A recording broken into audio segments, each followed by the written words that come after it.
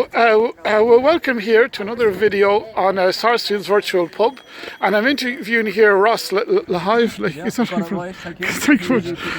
And David O'Reilly from Galway. Ross, you might have heard about in the news recently about some troubles involving a library, and David O'Reilly was in the general election in Galway. Yeah. And I'd just like to ask the two of you, how do you view 2025? What's coming up, and what can we do to protect ourselves from whatever horror they're going to launch on top of us? Well, I think we're sitting pretty, Dave. I think all this woke is it's on the downside right now, and the world is aware of it, and they're fed up of it.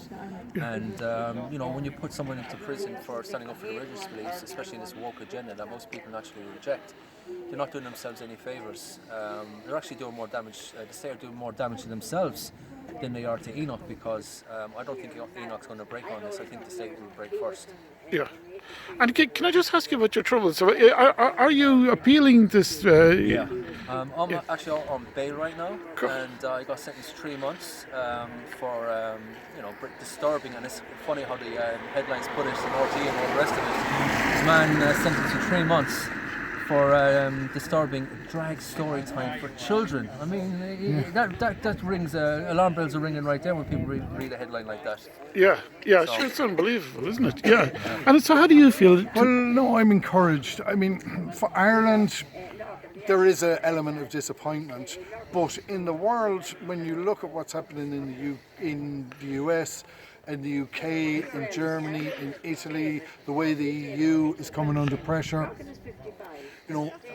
a Europe of nations is gathering pace. And for Ireland, that means that the woke agenda is coming under pressure from external forces. We'd love it if Ireland rallied. We believe we've won Ireland on the narrative, but in terms of will Irish people come out and support nationalist parties like they have done in Germany, we're the weakest country in Europe for that. And it seems to be that the Americans and the Brits and the Germans are going to come and save us. And that's disappointing, because it feels like we're not taking political responsibility for what's happening here. We believe that that here, particularly with Enoch, I mean, we were talking earlier about champions. Ross is a champion, Enoch is a champion, and we need those champions because they win ultimately. And if they don't win, they fight and cause damage. And so what we're seeing here is that the state, we expect from the judicial sentence, from the judicial system, more than just bringing people before the court and dishing out punishments. We expect them to be capable of resolving issues of justice, which is the challenge that Enoch is making to the courts. Resolve the issues between conflicting sets of rights, between traditional Ireland and the woke new globalism, which they're attempting to bring in. But how much do you trust the courts? I mean, you've had to be in the courts yourself there. Yeah, I was acquitted. I was, as they say, the process is the punishment. I feel that the courts are, I don't think it's joined up. I think it's very random from the government. I think they're just putting out fires. In my case, there was no sinister agenda going on. The court saw the evidence, and the judge made a fair. We were acquitted. And how much do you trust the courts? And specifically, if people are facing the court, should they get solicitors and barristers? In your experience, I can relate to what you're saying, Dave, because I've been to court. I'm after losing count how many times I've been to court at this stage since COVID, since my activism started, and I've experienced judges who weren't politically motivated, and they just took my case as is. But the judge I just had previously, Judge Muddy Waters, an absolute disgrace of a man, took it so personal almost, I almost felt like maybe he's on the transgender bus himself, and maybe he was wearing his lucky red knickers for the day that I was in it. Look, I'd get into trouble saying that, but I'm not afraid to say that. But or perhaps he had a G-string. No, you're not supposed to say that. So far up his crack, it made him irritable. But I just saying this judge was absolutely politically motivated. Okay, Well, so I think that those guys are going to come under pressure. I think that's a mistake on their part, because we've seen in the UK with the grooming gangs, and people say that's a different issue. It's not a different issue. This is about equipping our young girls to be protected, whether it's transgender or grooming gangs. This current permissive society is not doing the job. And what I'm saying to you here is that, you know, the judges ignored their responsibilities, and now they tried to bury it, and it just got bigger and bigger and bigger. So It seems like their responsibilities are towards the woke agenda, and they feel like they need to protect, because this judge, I could tell from day one that he was biased, and I pretty much knew which way this was going to go. okay, so can I suggest, what horror do you think we're going to get in 2025, and what should Irish people do against it? Well, I don't know. Like I said, I think it's on a downslide. But the more of a corner they're put in, like any animal, they become vicious. But are you concerned we could have another pandemic thing or anything like that? Oh yes, that's on the table as well, isn't it? They're introducing masks to certain hospitals and nursing homes around Ireland right now. I think they're just trying to basically throw shite at the wall to see what sticks. But do you think people are going to fall for it a second time? No, I'm optimistic. I'm much more optimistic. I think we've won in lots of ways which we didn't expect to, and considering the pitiful state of the political movement, which we've all worked hard at, it's down to the campaigners. Most of the wins have come from campaigning through culture war wins and through winning on the narrative. But both of you have been on the stump. I mean, in the last COVID, you both did your best. So what is the experience that you've got that you'd like to pass on to the listeners? Seems like the harder they come down on you, the harder you become. Most people don't buckle under the pressure. It becomes like, you know, a game of one-upmanship, and at the end of the day, we're just speaking the truth, common sense, and they're trying to suppress that. And you can't suppress the truth.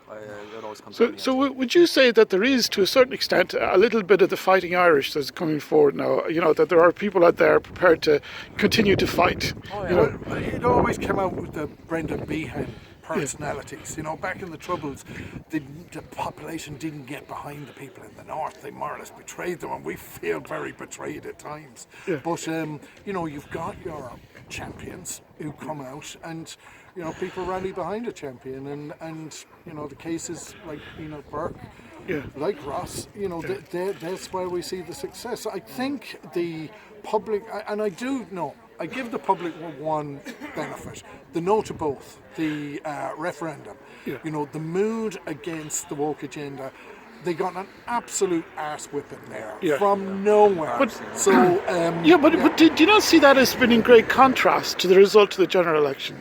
I mean, they lost one of those results by I think 75% or close to it. I mean, that means that they weren't listening to Simon Harris, they weren't listening to Helen McEntee as the Minister of Justice, and yet come the election she gets a giant vote, Simon. So you a little bit suspicious about this vote? I'm not. I think there's always a level of fixing. I don't think this election was much different to other elections. You know, I mean, votes were there? There's an extra 500,000 votes that shouldn't have been there. Isn't that correct? That's always the case on the electoral register. Would that play a role in the result in any way, shape, or form? Or? I don't know. I mean, I suspect, and I'm not an expert, but my guess is when you see, I think some of the figures just before the referendum, there was about 50,000 people registered, and that would be, if that was some kind of messing, that would be the kind of thing that would swing 2 or 3%. But I think on the other hand as well, it was a very low turnout, wasn't it? Turnout. Maybe perhaps those people that you know, if we had a better turnout, would have voted for nationalists, because maybe they just felt so disillusioned. I'm not going to vote. It's not going to change anything, and they're only going to get back in again. But people need to come out and vote if we want real change. I think us nationalists have a real problem in that we are not appealing to people. For some reason, people don't like us. I think there's two things going on. One is the government agenda, say particularly on immigration, is if you talk about immigration, you're a bad person. And there are two kinds of people who are backing that narrative. One, the opposition, the government parties and the wokies, but also the soft nationalists who are taking cover from, they're kind of going, well, I'm not a bad person either. And they don't talk about immigration, but they say, they're the bad people you don't want to talk about, and they point at us. And so I think there's a lot of Slevianism going on, even amongst people who would regard themselves as nationalists. They're actually supporting the government narrative when they say, I'm not of this, but those guys are. I slightly disagree. I felt that way when I came back from Canada in 2017. And it was all diversity is our strength talk at the time. Always looked great. We can have a kebab. We can go for a kebab when we want one. It was all that. But when I was running the locals, I felt the mood was very different, and people weren't afraid to speak up. And they're saying things like Cork doesn't feel this like Cork anymore. What the hell is going on? But I do feel there's the other sense of maybe they might say that to you face to face, but they wouldn't like to say it in public because they want to be, But because you're talking about Cork, so Derek Bly is obviously the main high-profile kind in that part of the world, but even in Ireland. Absolutely. So in his hometown, according to the tallies, he got 3 votes in Mallow. That's 3 votes. And yeah, I think that was they cleared that one up though. I think he actually got more than that. Okay. But we would a similar vote from Newton and Kennedy. Yeah, we have your man Dwyer, Philip Dwyer, and another candidate run, and between them they got less than 1%. So I mean, are these results very credible? Yeah, I was very surprised because that was Michaela Kitty. Yeah, that's right. Between her and Philip Dwyer, you got less than 1% in a box than Newton and Kennedy. I mean, how credible is that? I think, I campaigned in Galway East, which is a similar to Cork North West. These are quite conservative places. These are very establishment places. They're quite Galway East. Not some places.